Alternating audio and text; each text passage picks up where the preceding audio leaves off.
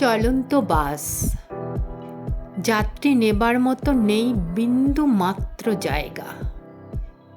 হঠাৎ একটি সুন্দরী মেয়ে হাত দিয়ে বাসের হেল্পারকে থামানোর নির্দেশ করল।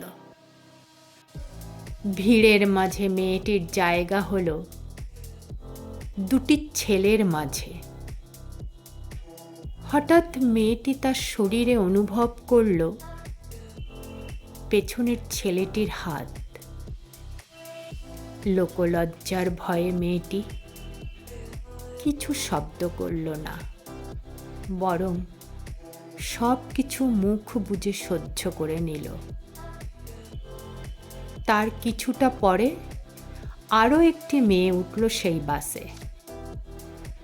সুদর্শন একটি ছেলে ইচ্ছে করে পেছন থেকে জাপটিয়ে ধরল মেয়েটিকে।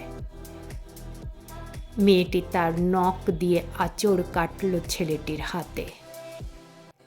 ব্যথা সহ্য করতে না পেরে হাত নিল সরিয়ে। মেয়েটি দাঁড়ালো ঘুরে ছেলেটির সম্মুখে। পায়ে ছিল চিকন হিলের জুতা। গলা উঁচিয়ে বাস চালককে থামাতে বলল গাড়ি। চলন্ত বাস থেমে গেল। এক হাতে জুতা আর এক হাতে ছেলেটির শার্টের কলার ধরে কষে গালে বসিয়ে দিল 2-4 থাপ্পড়।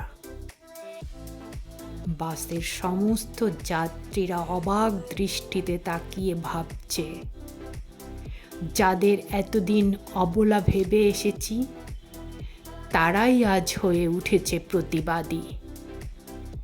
প্রতিদিন এইভাবে অনেক নারীরা লোকলজ্জার ভয়ে সব কিছু মুখ বুজে সহ্য করে নেয়। নারীদের দেখলে যাদের শরীরে পশুর হিংস্রতা উঠে জেগে, সেই সব মানুষদের অন্যায় অবিচার রুখতে দরকার কিছু প্রতিবাদী নারীর।